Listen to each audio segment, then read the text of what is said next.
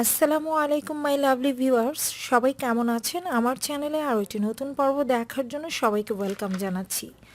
মাছের রাজা ইলিশ, আর ইলিশ দিয়ে তৈরি যে কোনো রেসিপি বাঙালিদের কাছে ভীষণ প্রিয়। আজকে রান্না করে দেখাবো ইলিশ খিচুড়ি, আর একদমই সহজ উপায়ে আমি এই রেসিপিটি আপনাদের সাথে শেয়ার করব। আশা করছি আপনাদের কাছেও সহজ মনে হবে। যদি আমার আজকের রেসিপি আপনাদের কাছে ভালো লাগে তাহলে ফ্রেন্ডস অ্যান্ড ফ্যামিলিতে শেয়ার করবেন। তো চলুন শুরু করি। প্রথমে আমি মুগ ডালটাকে ভেজে নিব। তো আমি এখানে হাফ কাপ পরিমাণ মুগ ডাল নিয়ে নিয়েছি। তো আমি প্যানে মুগ ডালটা দিয়ে দিচ্ছি, আর মিডিয়াম আঁচে এটাকে নেড়েচেড়ে ভেজে নিতে হবে। খুব বেশি আঁচে কিন্তু এটাকে ভেজে নেওয়া যাবে না, তাহলে মুগ ডালটা দেখা যাবে পুড়ে যাবে। তো কিছুক্ষণ ভেজে নেওয়ার পর দেখবেন যে খুব সুন্দর একটা অ্যারোমা বেরিয়েছে। আর এটা হালকা ব্রাউন কালার করেই ভেজে নিতে হবে, খুব বেশি সময় ভাজার প্রয়োজন নেই। আর সাথে সাথে কিন্তু ফ্রাই প্যান থেকে নামিয়ে নিতে হবে, তা না হলে দেখা যাবে যে তলার দিকটা পুড়ে গেছে। তো আমি অন্য পাত্রে এটাকে ট্রান্সফার করে নিচ্ছি। তো আমি মুগ ডালটাকে অন্য একটা বাটিতে ট্রান্সফার করে নিয়েছি। এবার আমি এই বাটিতে নিয়ে নিচ্ছি 2.5 কাপ পরিমাণ কালো জিরা পোলাওর চাল। তো মুগ ডাল এবং চাল মিলিয়ে টোটাল এখানে হয়েছে 3 কাপ। এবার আমি পরিমাণ মতো পানি দিয়ে এই চাল ডালটাকে ভালো করে ধুয়ে নিব। তো 2 থেকে 3 বার এই চাল ডালটাকে কষলে কষলে ধুয়ে নিতে হবে। আর তো আমি এটাকে ধুয়ে তারপর পানি ঝরিয়ে নিব। তো আমি ইলিশ মাছটাকে রান্না করে নিব, সেজন্য আমি প্রথমেই ফ্রাই প্যানে দিয়ে দিচ্ছি হাফ কাপ মতো সয়াবিন তেল। তেল গরম হয়ে গেলে এতে আমি দিয়ে দিব 1 টুকরো পরিমাণ দারচিনি, 2 টুকরো তেজপাতা, 2টো এলাচ। আমি একটি তেজপাতাকে 2 টুকরো করে নিয়েছি। জাস্ট 10 থেকে 12 সেকেন্ডের মতো এই গরম মশলাটাকে আমি তেলের উপর ভেজে নিচ্ছি। এতে করে খুব সুন্দর একটা ফ্লেভার অ্যাড হবে তেলের সাথে। এবার আমি এতে দিয়ে দিচ্ছি হাফ কাপ পরিমাণ পেঁয়াজ কুচি।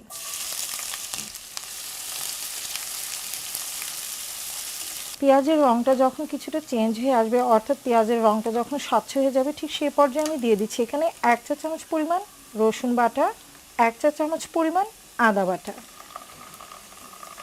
আদা রসুন দিয়ে কিছুক্ষণ এটাকে ভেজে নিতে হবে, যাতে আদা রসুনের কাঁচা গন্ধটা থেকে না যায়। আমি আদা রসুনটাকে প্রায় 10 থেকে 12 সেকেন্ডের জন্য ভেজে নিয়েছি। এবার আমি এতে অ্যাড করে দিচ্ছি পরিমাণ মতো পানি, দিয়ে দিচ্ছি স্বাদ মতো লবণ, হলুদ গুঁড়ো দিয়ে দিচ্ছি হাফ চা চামচ, ধনিয়া গুঁড়ো দিয়ে দিচ্ছি হাফ চা চামচ, জিরা গুঁড়ো দিয়ে দিচ্ছি হাফ চা চামচ, মরিচ গুঁড়ো দিয়ে দিচ্ছি 1 চা চামচ।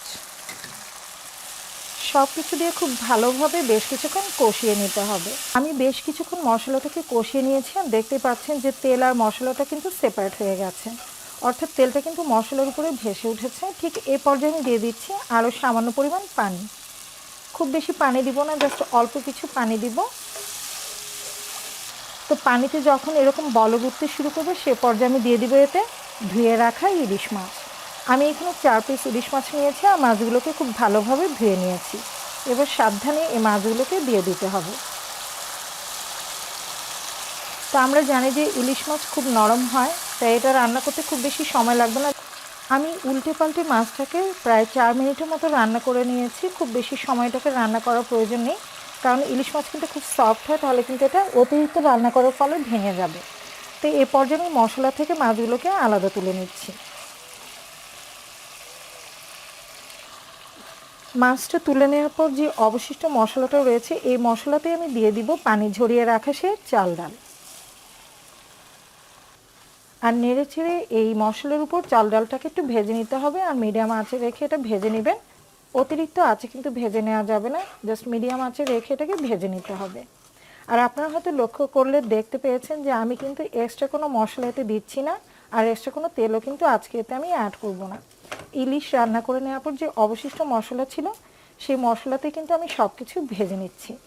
আর এভাবে যদি আপনারা ইলিশ খিচুড়িটা রান্না করেন, তো আশা করছি আপনাদের কাছে ভীষণ ভালো লাগবে।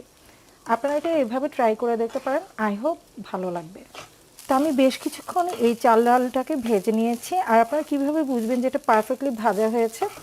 কিছুক্ষণ ভেজে নেওয়ার পর দেখবেন যে বেশ চটচট শব্দ হচ্ছে। তো এ পর্যায়ে আমি দিয়ে দিচ্ছি ফুটন্ত গরম পানি।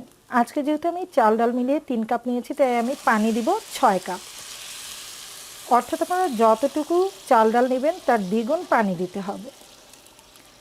তা আপনারা যদি কাপের পরিবর্তে মগ কিংবা পটের সাহায্যে মেপে নেন, সে অনুপাতে পানিটা দিবেন। আজকে যেহেতু আমি পরিমাণে কম করছি, তো সেই অনুযায়ী কিন্তু আমি সব কিছু দিয়েছি। আপনারা একটু বেশি পরিমাণে করতে চাইলে সেই অনুপাতে বাড়িয়ে নিলেই হবে।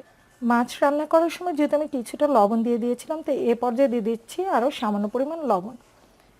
আপনারা আপনাদের টেস্ট অনুযায়ী লবণটা চেক করে নেবেন। দিয়ে দিচ্ছি 6 থেকে 7টি চিড়ে রাখা কাঁচামরিচ। আমি কাঁচামরিচটাকে হালকা একটু চিড়ে নিয়েছি। তা আমি আমার স্বাদ অনুযায়ী লবণ মিক্স করে নিয়েছি। যদি লবণের পরিমাণটা পানিতে কড়া মনে হয় তাহলে কিন্তু এটা খিচুড়িতে পারফেক্ট হবে। তো আপনারা লক্ষ্য করলে দেখতে পাচ্ছেন অলরেডি কিন্তু বলক চলে এসেছে। এ পর্যায়ে আমি এটাকে ঢেকে রান্না করব মিডিয়াম হিটে। বেশ কিছু সময় রান্না করার পর যখন দেখবেন যে পানি আর চালের পরিমাণ প্রায় সমান সমান হয়ে গেছে, ঠিক এ পর্যায়টাকে উল্টে পাল্টে দিতে হবে। তো আমি জাস্ট আলতোভাবে উল্টে পাল্টে দিচ্ছি। আর ঠিক এই পর্যায়ে চুলার আঁচটা মিডিয়াম থেকে লোতে করে দিতে হবে। তো আমি চুলার আঁচটা একদম লোতে করে দিয়েছি আর এগুলোকে একটু উল্টে পাল্টে দিচ্ছি। আচ্ছা, তো আমি চেপে চেপে একটু সেট করে নিচ্ছি আর চুলার আঁচটা যতটুকু সম্ভব কমিয়ে দিতে হবে। তো আমি চুলার আঁচটা একদম কমিয়ে রেখেছি আর এগুলোকে একটু চেপে চেপে সেট করে নিচ্ছি। এবার ঢেকে এটাকে দমে রেখে দেবো আরও প্রায় 10 মিনিটের মতো। আর চুলার আঁচটা অবশ্যই একদম লোতে রাখতে হবে। আমি 10 মিনিটের জন্য এটাকে দমে রেখেছিলাম, তো প্রায় 5 মিনিট হয়ে গেছে। এই পর্যায়ে আমি এটাকে ঢাকনা খুলে একটু উল্টে পাল্টে দিচ্ছি, তা না হলে কিন্তু তলায় ধরে যাবে। তো আলতো হাতে এটাকে উল্টে পাল্টে দিতে হবে। উল্টে দেওয়ার পর আমি আবার চেপে চেপে সেট করে নিচ্ছি বাকি 5 মিনিট দমে রাখার জন্য। তা আবার এটাকে ঢেকে দমে রেখে দিচ্ছি।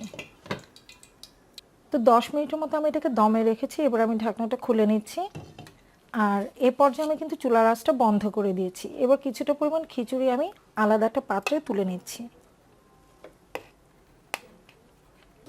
এবার এই মাঝখানে আমি মাছগুলোকে সেট করে দিচ্ছি।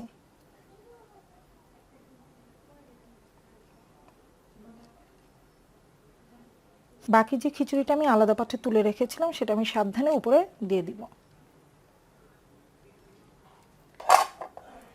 আর চেপে চেপে এটাকে একটু সেট করে দিচ্ছি, কারণ আরও প্রায় 10 থেকে 15 মিনিটের মতো আমি এইভাবে এটাকে দমে রেখে দিব। তবে এই পর্যায়ে কিন্তু আমি চুলার আঁচটা বন্ধ করে দিব। তো এটা যেহেতু বেশ গরম, তো এই গরমে কিন্তু ভাপে ইলিশটা সেদ্ধ হয়ে যাবে আরও পুরোপুরি, আর খিচুড়িটা কিন্তু পারফেক্টলি সেদ্ধ হয়ে যাবে। 10 থেকে 15 মিনিট পর এটা পরিবেশনের জন্য পারফেক্টলি রেডি হয়ে যাবে। আর আপনারা যখন এটা পরিবেশন করবেন সাবধানে তুলে নেবেন, তার কারণ মাঝখানে কিন্তু ইলিশগুলো দেওয়া আছে, তো সাবধানে তুলে নিতে হবে, তা নাহলে কিন্তু ইলিশগুলো ভেঙে যেতে পারে। তো অবশ্যই সার্ভ করার সময় একটু সাবধানে তুলে নিতে হবে।